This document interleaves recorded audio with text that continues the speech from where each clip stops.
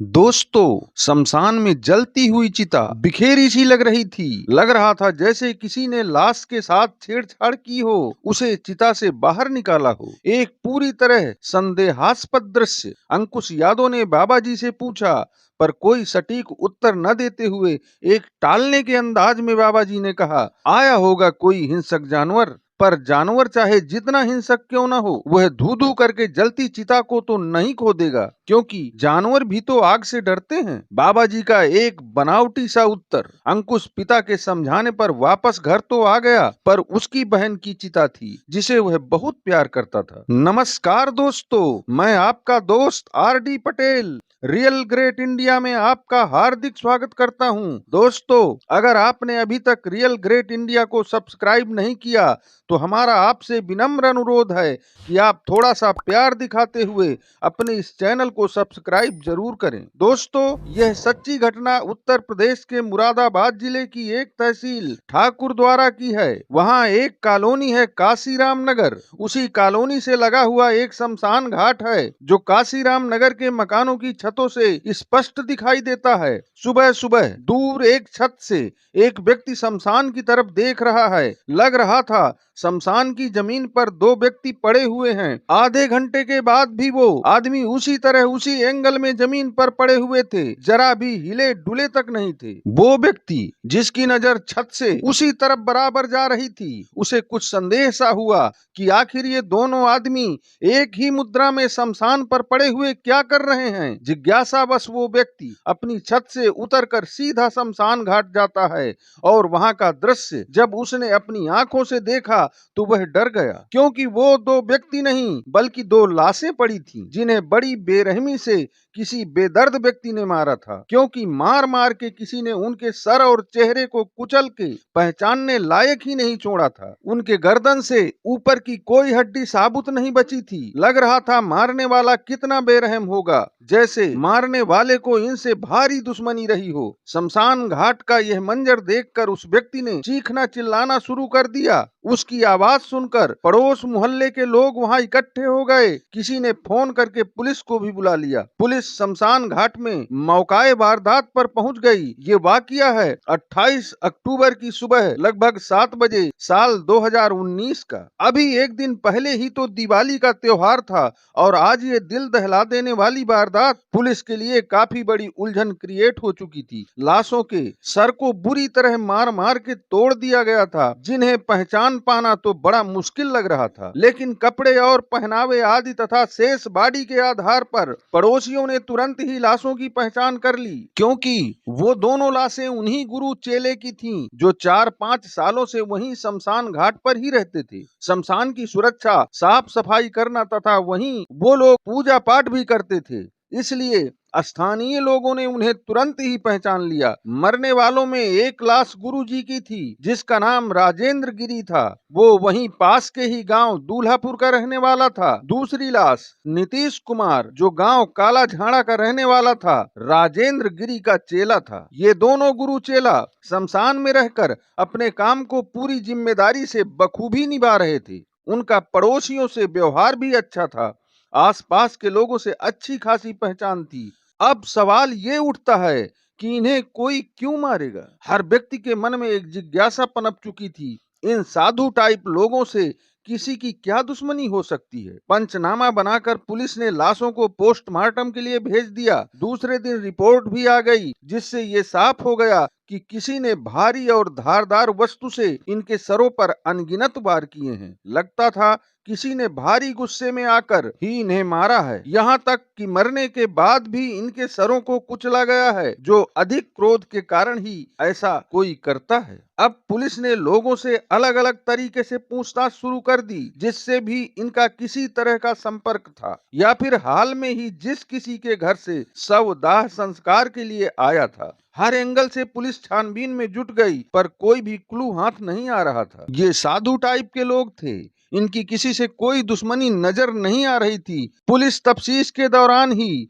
राजेंद्र गिरी का भाई नंदू पुलिस को बताता है कि मुझे एक व्यक्ति पर शक है जो मेरे भाई को मार सकता है। उसका नाम बंटी उर्फ योगेंद्र है। मुझे कुछ जानकारी हुई है जो अपुष्ट है, पर आप पुलिस हैं, आप पता कर सकते हैं। बंटी यहीं जमुनावाला का रहने वाला है। पुलिस नंदू के बयानों के आधार पर बंटी को 30 अक्टूबर को हिरासत में लेकर पूछताछ करती है। पहले तो बंटी इधर उधर की हाँकता है, पर पुलिस की सख्ती के आगे वह टूट जाता है और पुलिस को बताता है कि उसने उन लोगों को मारा तो नहीं है, पर मारते हुए देखा जरूर है, क्योंकि वह उस समय मौकाए वारदात पर मारने वाले के साथ ही था। उसने बताया कि एक लड़का है अंकुश यादव, उसने ये दोनों मर्डर किए हैं। अंकुश मेरा दोस्त है, इसलिए ही मैं उसके साथ था। उसकी ये बात सुनकर एसपी देहात उदय शंकर सिंह सहित पूरी पुलिस सन्न रह जाती है, क्योंकि अंकुश यादव एक 20-21 वर्ष का सीधा साधा लड़का था। उसका फैमिली बैकग्राउंड भी पूरी तरह अपराध मुक्त था। पुलिस को बंटी की बात पर यकीन तो नहीं हो रहा था, लेकिन कभी कभी सारी सोचें गलत साबित हो जाती हैं। इसलिए पुलिस ने अंकुश यादव को भी हिरासत में ले लिया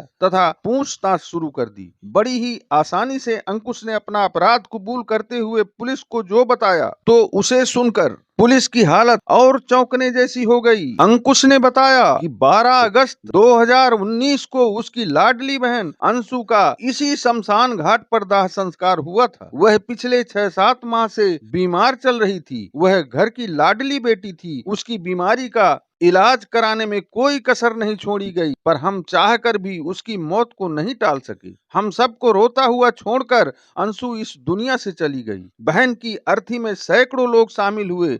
शमशान में चिता जलाने के बाद सभी लोग चले गए, पर अंकुश नहीं जा रहा था। उसने अपने पापा से कह दिया कि जब तक मेरी बहन राख नहीं हो जाती मैं यहाँ से नहीं जाऊंगा, क्योंकि अंकुश अपनी बहन से बहुत प्यार करता था। वह उसे छोड़ ही नहीं पा रहा था। खैर, उसके पापा ने उसे समझाया और कहा कि चिता ठंडी होने पर वो फिर आ जाएंगे। तुम यहाँ अकेले कैसे रहोगे, तुम्हें और तकलीफ होगी। अंकुश पिता की बात मानकर घर तो चला गया, पर उसका मन घर में लग ही नहीं रहा था। वह लगातार रो रहा था। उसकी जिद के आगे उसके पापा हार गए और चिता ठंडी होने का इंतजार न करके अंकुश को लिवाकर सुबह से पहले ही फिर शमशान घाट पहुंच गए। वहां का आलम देखकर लगा कि अंशु की चिता के साथ छेड़छाड़ की गई है। वह बिखेरी सी अस्त व्यस्त लग रही थी। उन्होंने राजेंद्र गिरी बाबा से इस विषय में बात भी की, लेकिन बाबा ने कोई उचित बात नहीं बताई, बल्कि बोले, होगा भाई कोई हिंसक जानवर आ गया होगा, शायद उसी ने चिता को बिखेरा है। बाबा की बात से वो सहमत नहीं थे, क्योंकि कोई कितना ही हिंसक जानवर क्यों न हो, वह जलती चिता को बिखेरना तो दूर आग के पास भी नहीं जाएगा। हालात बड़े ही बेकाबू हो रहे थे, ऊपर से बहन के मरने का गम। खैर, उस समय तो पिता ने अंकुश को किसी तरह समझाया और घर लिवा लाए, पर अंकुश के मन में हजारों निरुत्तर प्रश्न कौंध रहे थे। अब जिज्ञासा बस अंकुश देर सबेर अक्सर शमशान घाट आने लगा। अधिकतर उसका दोस्त बंटी भी उसके साथ होता।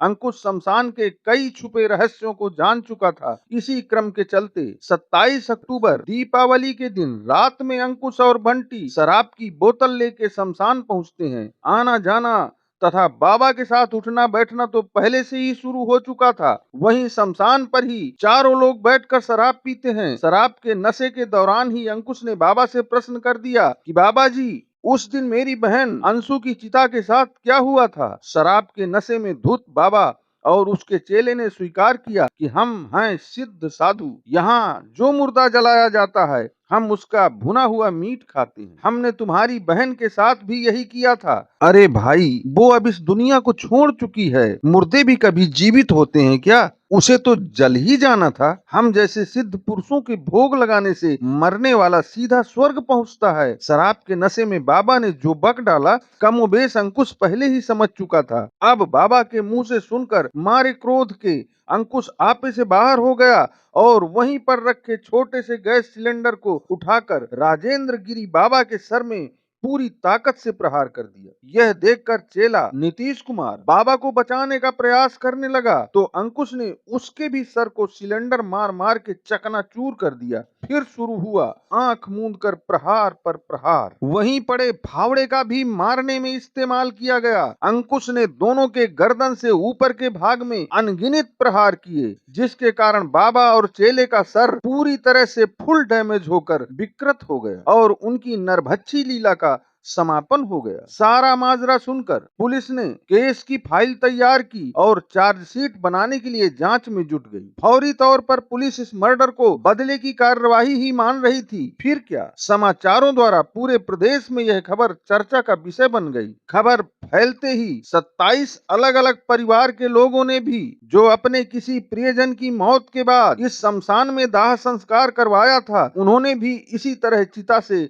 छेड़छाड़ करके चिता बिखेरने और सबके साथ अमानवीय कृत्य करने की शिकायत फाइल कराई। एक अखबार की वेबसाइट तो ये बताती है कि राजेंद्र गिरी साधु के रूप में रहकर भी नरभक्षी था। उसने अपने चेले के साथ 4 सालों में लगभग 132 से भी अधिक चिताओं से भुना हुआ मुर्दे का मीट खाया था। सारे संस्कारों और धार्मिक भावनाओं को ठेंगा दिखाते इस घृणित कृत्य को आप किस नजर से देखते हैं, कमेंट बॉक्स में जरूर लिखें। अगर आपका प्यार इसी प्रकार आगे भी हमें मिलता रहा तो फिर मिलते हैं एक ऐसी ही सत्य घटना लेकर। तब तक के लिए नमस्कार, जय हिंद दोस्तों। Thanks for watching this video.